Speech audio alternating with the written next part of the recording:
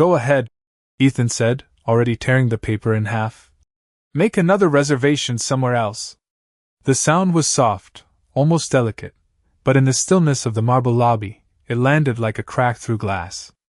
Danielle Carter didn't flinch. The two halves of her printed reservation slipped from his fingers, drifting down past the polished counter before disappearing into the brushed steel trash bin beside him. For a moment, no one spoke.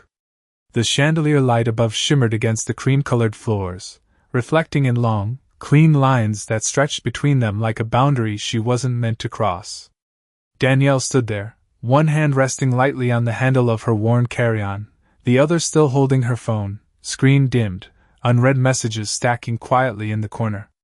She had been traveling for 6 hours, a delayed flight out of Atlanta, a rideshare that smelled faintly of pine cleaner and stale coffee, and a driver who never once looked at her in the rearview mirror. This hotel was supposed to be the end of that journey.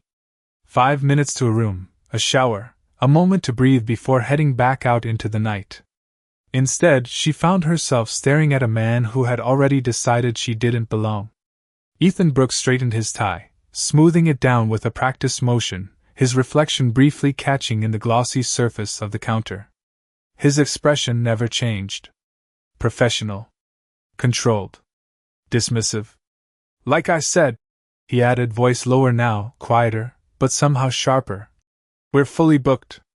Behind Danielle, the soft murmur of guests continued, rolling suitcases clicking across tile, a distant laugh echoing near the bar. A man in a tailored navy suit paused mid-step, watching with mild curiosity before turning back to his conversation. Another guest glanced over, then quickly away, as if eye contact might pull them into something inconvenient. Danielle exhaled slowly through her nose, her breath steady, measured. She didn't raise her voice. Didn't argue. Her eyes moved briefly to the trash bin, where the torn edges of her reservation peeked out between a discarded receipt and a crumpled napkin.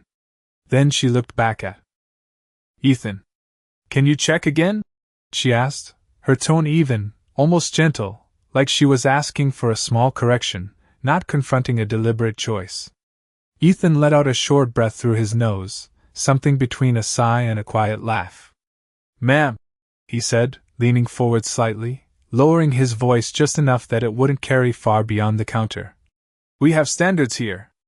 The words hung there, unfinished but unmistakable. Danielle's grip tightened, just slightly, on the handle of her suitcase. Not enough to show strain. Just enough to anchor herself. Somewhere behind her, a phone chimed. Somewhere above, the air conditioning hummed, pushing a steady stream of cool air that brushed against her skin, raising a faint chill along her arms. She didn't move. Didn't step back. The space between them remained exactly the same, measured in inches, heavy with something neither of them named. Ethan reached for the keyboard, tapping a few keys with unnecessary force, the screen's pale glow reflecting in his eyes. No reservation under that name, he said flatly, even though they both knew that wasn't true. Danielle watched him for a second longer, then lowered her gaze to her phone. Her thumb hovered over the screen, hesitated, then pressed. Just one message. No explanation. No urgency. She slipped the phone back into her hand, lifting her chin slightly as if settling into a decision already made. Around them, the lobby kept moving, unaware that something had just shifted, something quiet but irreversible, like the first crack in a surface that had always looked flawless. Danielle did not look back at him after sending the message. She simply stood there, shoulders relaxed, posture steady, as if the outcome no longer depended on anything happening at that counter. The seconds stretched, thin and quiet, marked only by the faint ticking of a wall clock behind the reception desk and the low murmur of conversations drifting from the lounge area. Ethan shifted his weight slightly, fingers hovering over the keyboard, then tapping again as if to reinforce the version of reality he had already chosen. He glanced at the screen, then at her, then back again, his expression tightening just enough to suggest irritation beneath the practiced calm. There is nothing else to check, he said, a little louder this time, as though clarity might make her disappear. Danielle's eyes moved past him, briefly tracing the lines of the lobby, the polished columns, the soft, gold accents that framed the space with quiet confidence.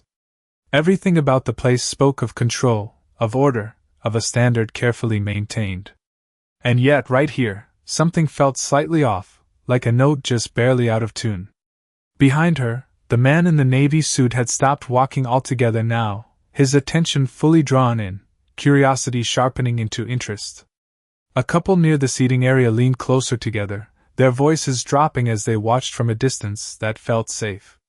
The air seemed cooler, the hum of the vents more noticeable, the kind of silence that does not arrive all at once but settles in layers. Danielle adjusted her grip on the suitcase, rolling it a few inches forward until it rested beside her leg, the wheels clicking softly against the tile. Her phone remained still in her hand, screen dark now, no indication that anything had changed. Ethan let out another quiet breath, this one edged with impatience, and reached beneath the counter, pulling out a small laminated card. He placed it flat between them, tapping it once with his finger. "There are other hotels within 5 miles," he said, his tone shifting into something that sounded almost helpful, if not for the tightness around his mouth. "You might have better luck there." Danielle's gaze dropped briefly to the card, then lifted again, meeting his eyes without hesitation. She did not take it. Did not respond. The moment lingered, stretched thin, until the sound of approaching footsteps cut through it, sharp and purposeful against the marble floor. At first, it blended into the background, just another guest moving through the space, but then it grew louder, faster, carrying a sense of direction that did not belong to casual movement. Ethan's attention flickered for a fraction of a second, his head turning slightly toward the sound before snapping back, as if refusing to be distracted. Danielle did not move at all. The footsteps continued closing the distance, accompanied now by the faint rustle of fabric and the quick, clipped tone of a voice speaking low but urgent just out of earshot. The man in the navy suit straightened, stepping aside instinctively as two figures crossed his path with purpose, their presence shifting the balance of the room without a single raised voice. Ethan's fingers stilled above the keyboard. Something in his posture changed, almost imperceptible, a subtle tightening of the shoulders, a hesitation that had not been there before. Danielle finally slipped her phone fully into her palm, her hand resting at her side, calm and unhurried, as the approaching presence drew closer to the desk. The space between what had been decided and what was about to be revealed narrowed with each step, quiet but undeniable, like a door about to open without warning. The sound of footsteps did not slow as they reached the desk. It stopped sharply, right at the edge of the polished counter, close enough that even the faint scent of cologne and pressed fabric seemed to shift the air. Ethan turned fully this time, the motion no longer subtle, his expression resetting into something more alert, more careful. The man standing there was not a guest. That much was clear immediately.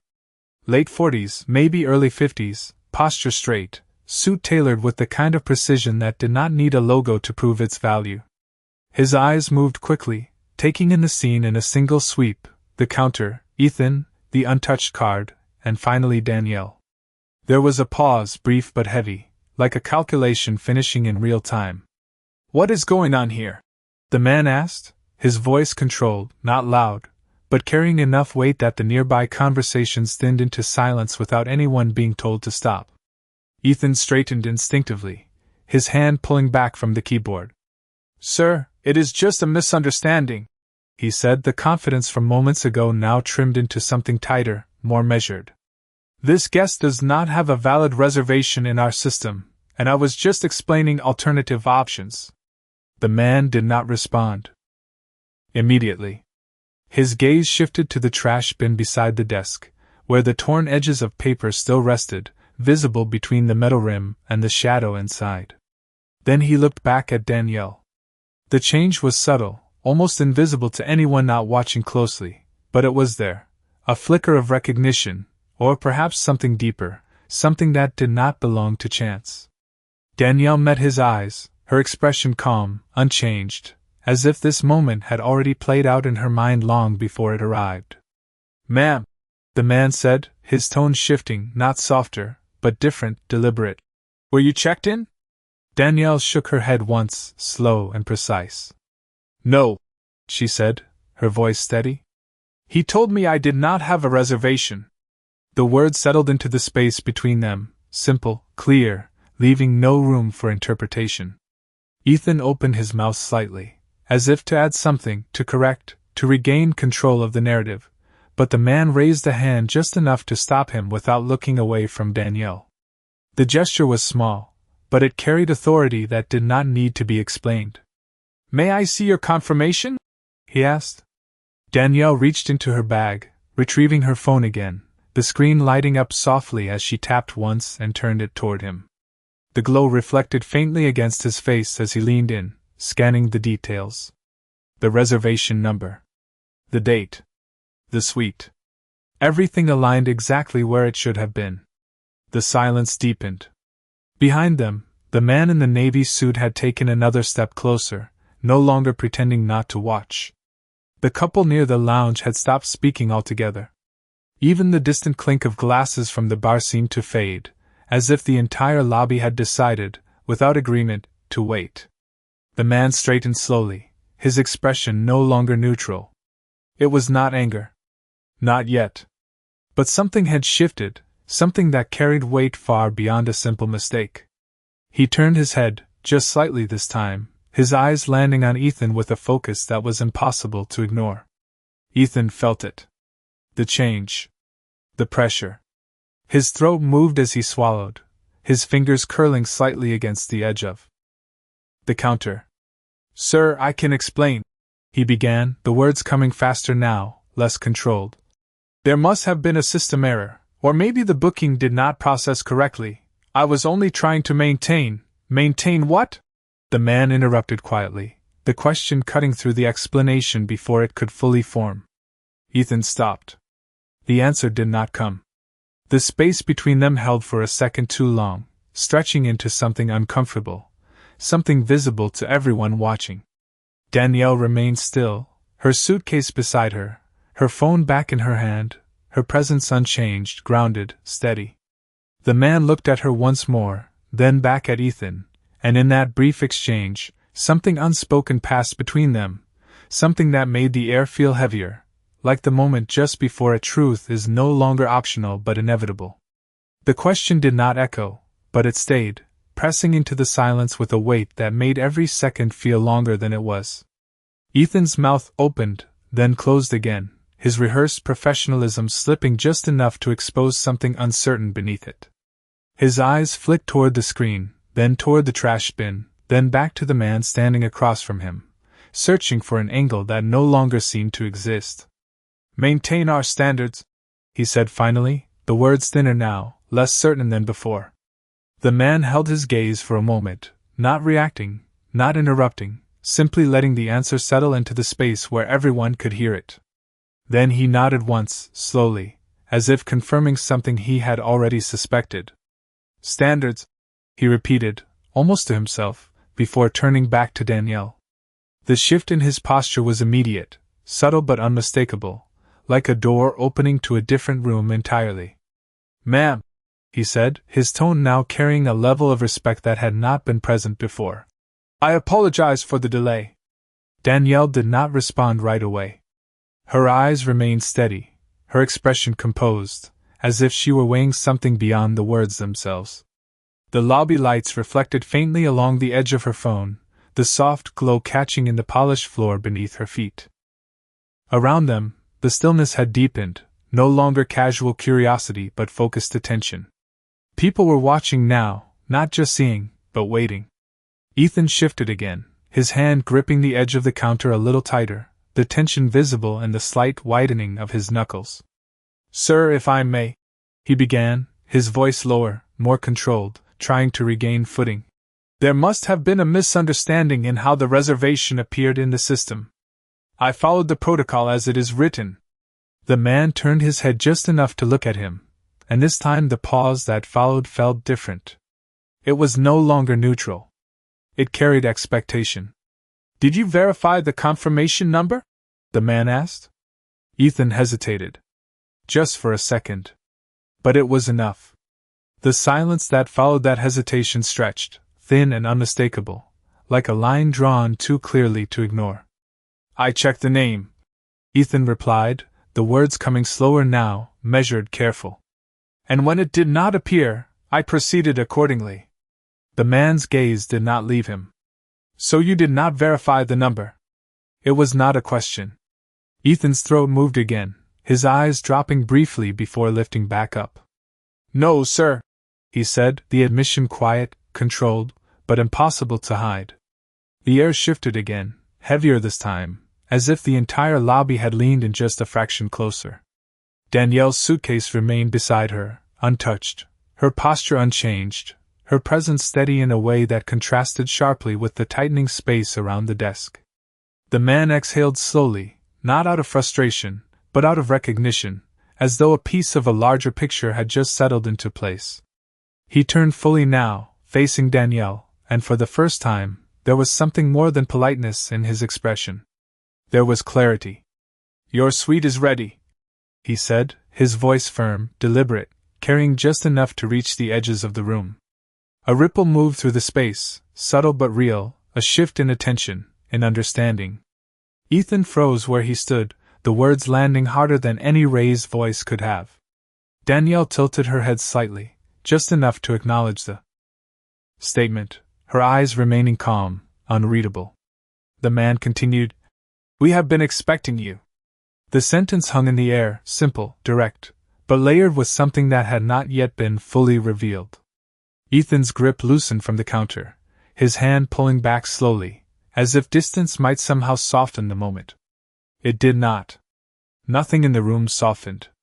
If anything, everything had sharpened, every glance, every breath, every quiet movement now carrying more meaning than before. Danielle reached down, adjusting the handle of her suitcase, the wheels aligning softly against the floor as she brought it upright. The motion was small, controlled, but it marked a shift just as clearly as anything that had been said. The man stepped slightly to the side, creating space beside the desk, an unspoken invitation, a path that had not been there a moment ago. And for the first time since she entered the lobby, Danielle moved forward, not quickly, not hesitantly, but with a quiet certainty that made the space adjust around her as she passed. Danielle's footsteps were quiet against the marble, but each one seemed to land with a certainty that shifted the room around her. The man stepped alongside her, not ahead, not behind, matching her pace with a measured calm that felt intentional. The distance between the desk and the private elevator was not far, maybe 20 feet at most, but in that space, something invisible stretched and tightened, pulling every gaze in the lobby toward them. Ethan remained where he was, his body no longer anchored by confidence but by something heavier, something that kept him still even as everything else moved forward. His eyes followed Danielle, tracking her steps, the steady roll of her suitcase, the quiet control in her posture that now stood in sharp contrast to the assumption he had made just minutes earlier. Sir?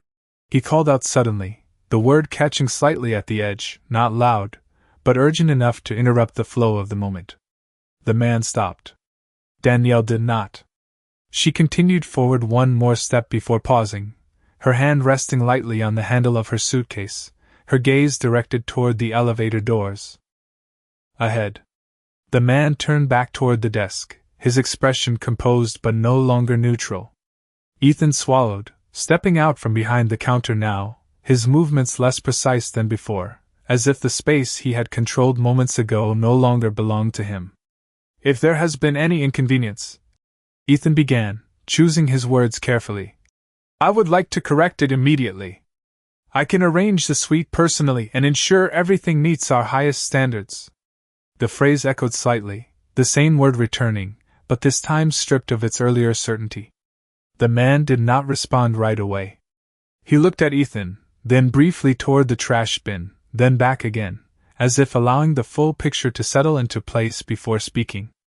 The suite is already prepared, he said evenly. What needs to be addressed is not the room. The words landed softly, but their meaning carried further than any raised voice could have. Ethan's shoulders tightened, his hands coming together briefly in front of him, fingers interlacing, then separating again. Of course, sir, he said, nodding once, though the motion lacked the confidence it once had. I understand. But it was clear that he did not fully, not yet. Danielle turned slightly then, just enough to bring the desk back into her line of sight. Her expression remained calm, composed, untouched by the tension that now filled the space behind her. For a moment, she said nothing. The silence held, steady and deliberate, until it became impossible to ignore. "You tore up my reservation," she said finally, her voice even, not raised, not sharp, but clear in a way that cut through everything else. Ethan's breath caught, just slightly, his eyes dropping for a fraction of a second before lifting again. "Ma'am, you did not check the number," she continued, not interrupting him, but finishing the thought that had already been exposed. "You did not ask a second question." The lobby seemed to lean into the words, every sound pulling back to make room for them. The man beside her remained still, watching, not stepping in, not correcting, allowing the moment to unfold on its own. Ethan nodded again, slower this time. The admission already made but now repeated in the quiet of his posture. "Yes, ma'am," he said, his voice lower, the edge of formality now carrying something closer to humility. Danielle held his gaze for a moment longer, not with anger, not with accusation, but with something steadier, something that did not need to be raised to be felt. Then she turned back toward the elevator. The doors slid open with a soft mechanical sound, revealing a space lined with brushed steel and warm light. The man stepped slightly aside, gesturing toward it with a small motion of his hand. Danielle moved forward without hesitation, the wheels of her suitcase crossing the threshold with a quiet click. As she stepped inside, the reflection of the lobby shimmered briefly along the metal walls, capturing the frozen figure of Ethan at the desk, the watching guests, the stillness that had settled over everything. The doors began to close, slow and smooth, narrowing the view until only a thin line remained. In that final second, Ethan stood motionless, his reflection caught in the narrowing gap, as the moment sealed itself without a single word more. The elevator doors closed with a soft, final click, sealing the lobby behind a brushed steel reflection that dissolved as the cabin began its smooth ascent. Inside, the air felt different, quieter, insulated from the tension below, but not entirely free of it. Danielle stood near the center, her suitcase upright beside her, one hand resting lightly on the handle, the other relaxed at her side. The faint hum of the motor vibrated through the floor, steady and controlled, mirroring the stillness in her posture. The panel beside her glowed softly, numbers climbing in a slow, deliberate sequence. 10. 11. 12. She exhaled once, long and measured, her gaze lowering briefly to the reflection of her own hands in the polished metal wall. They were steady. Not clenched. Not trembling. Just still. Outside the elevator, far below, the lobby began to breathe again, but not the way it had before. The conversations returned in fragments, quieter, edged with something unspoken. The man in the navy suit leaned slightly toward the couple near the lounge, his voice low, carrying just enough to suggest curiosity sharpened into speculation. Ethan remained at the desk, unmoving at first, as if the moment had not fully released him. The space in front of him felt wider now, emptier, the counter no longer a barrier but an exposure.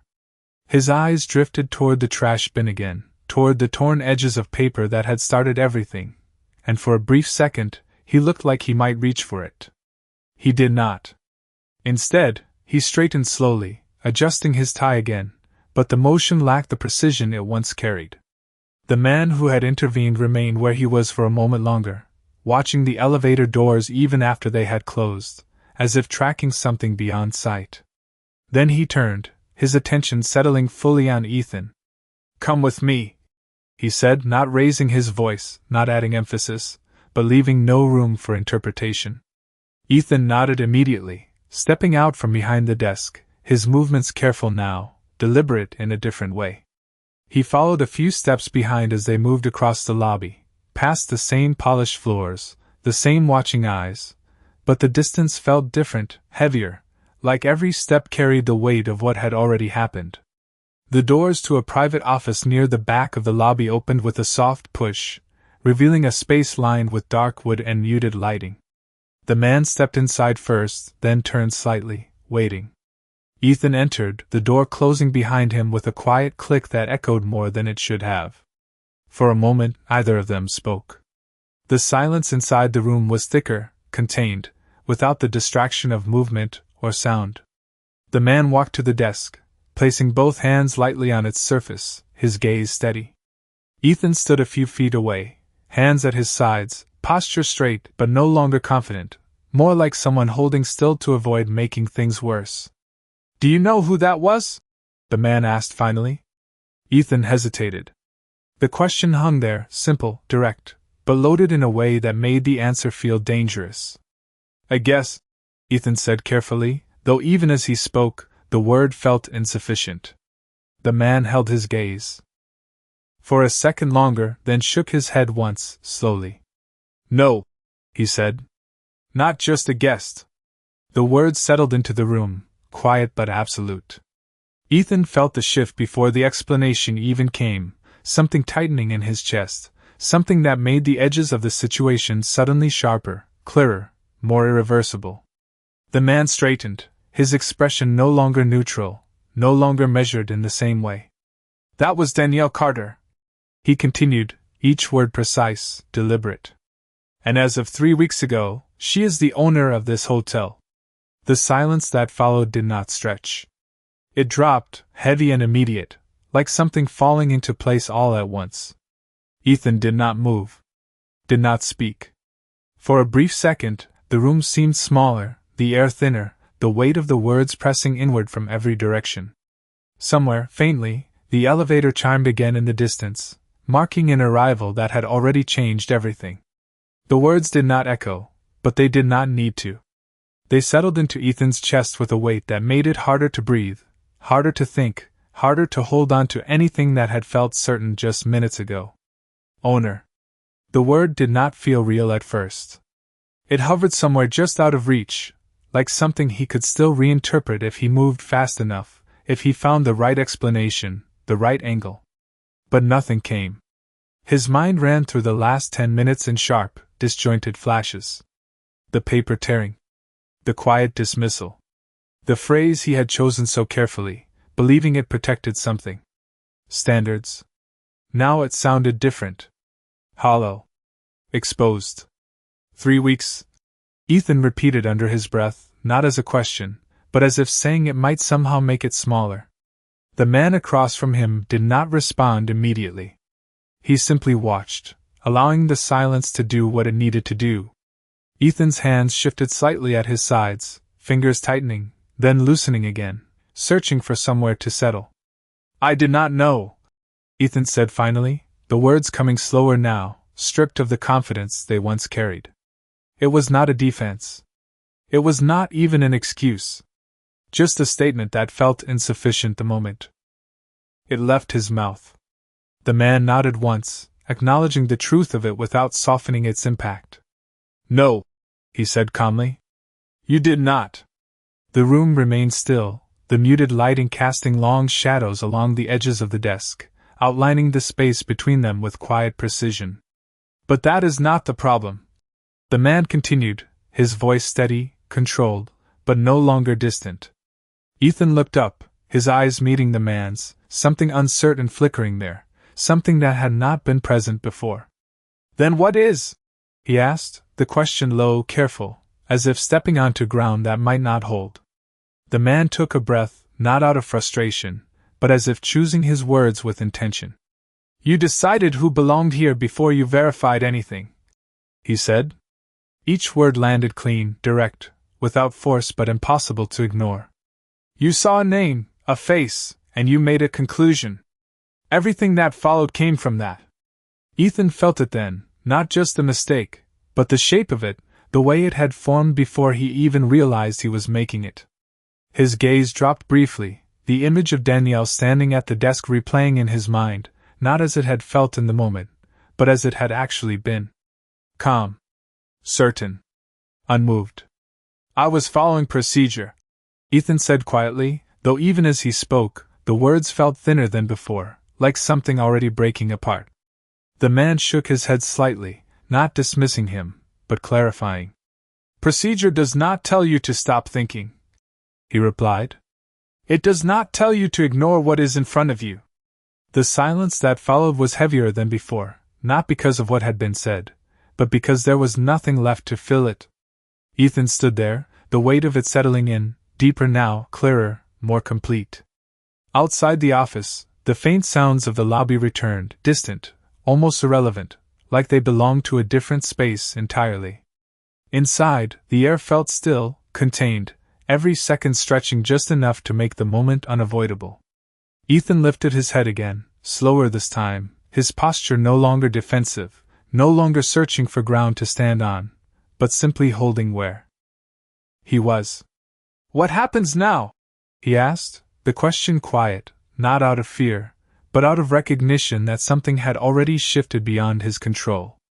The man studied him for a moment, long enough to see the difference, the absence of certainty where it had once been. Then he stepped back from the desk, straightening slightly. "No," he said, his tone measured, deliberate. "You are going to meet her again." The words did not carry threat. They carried something else. Something heavier. Something that felt like consequence, not punishment, but something closer to understanding. Ethan did not respond right away. He simply nodded once, slow, controlled, as if accepting a reality that could no longer be avoided. Somewhere above them, unseen but unmistakable, the elevator doors had already opened. The elevator doors opened with a soft, controlled glide, revealing a private hallway lined with muted lighting and dark wood panels that absorbed sound instead of reflecting it. Danielle stepped out first, her pace unchanged, her suitcase rolling quietly behind her as the door closed again without a sound. The air on this floor felt different, warmer, still, removed from the constant motion of the lobby below.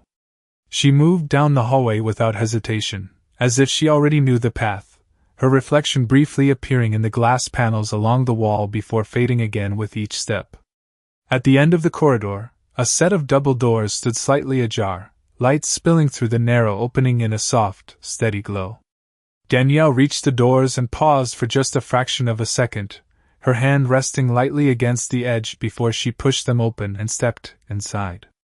The suite beyond was expansive, quiet, the city skyline stretching across the far windows in long lines of light and shadow. She set her suitcase down near the entrance, the wheels settling against the carpet with a soft, final sound, then moved further into the room, her gaze traveling slowly across the space, taking it in without urgency, without surprise. A few minutes later, a knock came at the door, measured and deliberate. Danielle did not turn immediately. She stood near the window, looking out over the city, the distant movement of cars tracing thin lines of light far below. The knock came again, slightly firmer this time. She exhaled once, then turned, crossing the room with the same steady pace, her hand reaching for the handle without hesitation. When the door opened, Ethan stood on the other side, his posture straight, but no longer rigid, his hands held together in front of him, fingers interlaced in a way that suggested restraint rather than control. The man from the lobby stood a few steps behind him, silent, present, but allowing the moment to belong to what was about to happen.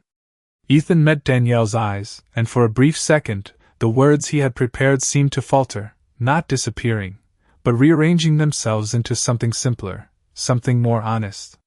"Ms. Carter," he said, his voice steady, though quieter than before, "I owe you an apology." The words did not rush. They did not try to fill space. They simply stood there, clear and complete.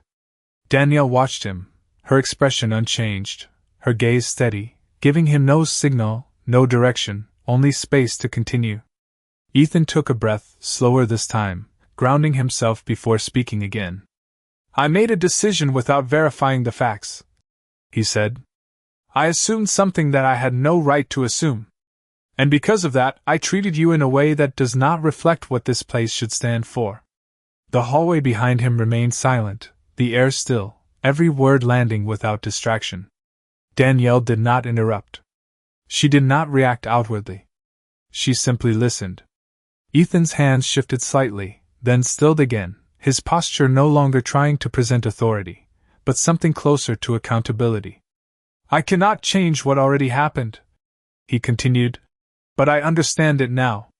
And I am sorry." The apology settled between them, not dramatic, not forced, but complete in a way that did not ask for immediate forgiveness. The man behind Ethan remained still, watching, not stepping in, not guiding, allowing the moment to hold its own weight.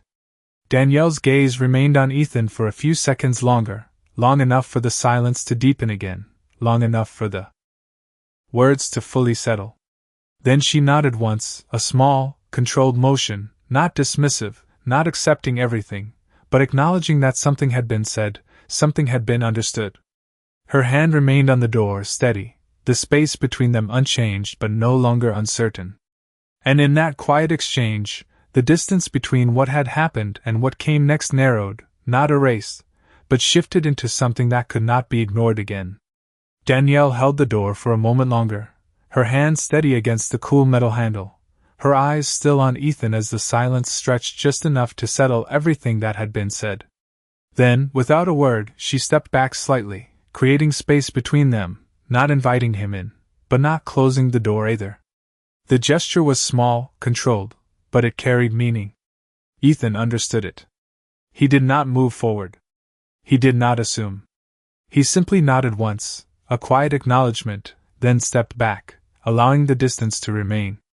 The man behind him watched the exchange without interruption, his gaze shifting briefly between them before settling into stillness again. Danielle's attention lingered for a second longer, then she released the door, letting it close gently with a soft click that echoed lightly into the hallway. Inside the suite, the quiet returned, fuller now, heavier, but not uncomfortable. She turned back toward the window, the city stretching out below in lines of moving light, distant and constant. Her reflection followed her across the glass, steady, composed, unchanged.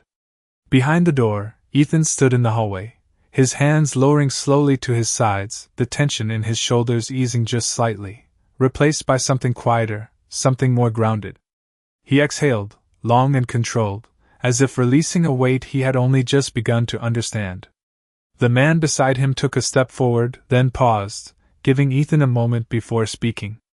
"You did not fix it," he said calmly, his voice low, even. Ethan nodded once. "No, sir," he replied, his tone steady, not defensive, not searching. "But I see it now."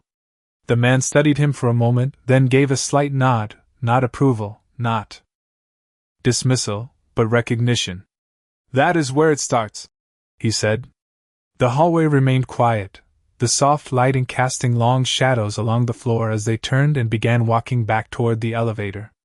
This time, Ethan walked with a different pace, not hurried, not rigid, but measured, aware.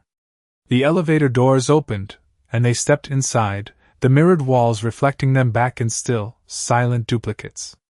As the doors closed, Ethan's gaze shifted briefly to his own reflection, holding it for a second longer than necessary, as if seeing something he had missed before. The elevator descended smoothly, the numbers counting down in quiet sequence, each one marking distance not just in floors, but in understanding. When the doors opened again to the lobby, the space looked the same, the polished floors, the soft lighting, the quiet movement of guests returning to their routines. But something had changed. Not in the room, but in the way it was seen. Ethan stepped out from the elevator, his posture straight but no longer rigid, his eyes moving across the space with a different kind of attention, one that did not rush to define, did not assume. The front desk stood where it always had, the same polished surface, the same screen waiting. He walked back behind it, placing his hands lightly on the counter, not gripping, not claiming, just resting. For a moment, he said nothing.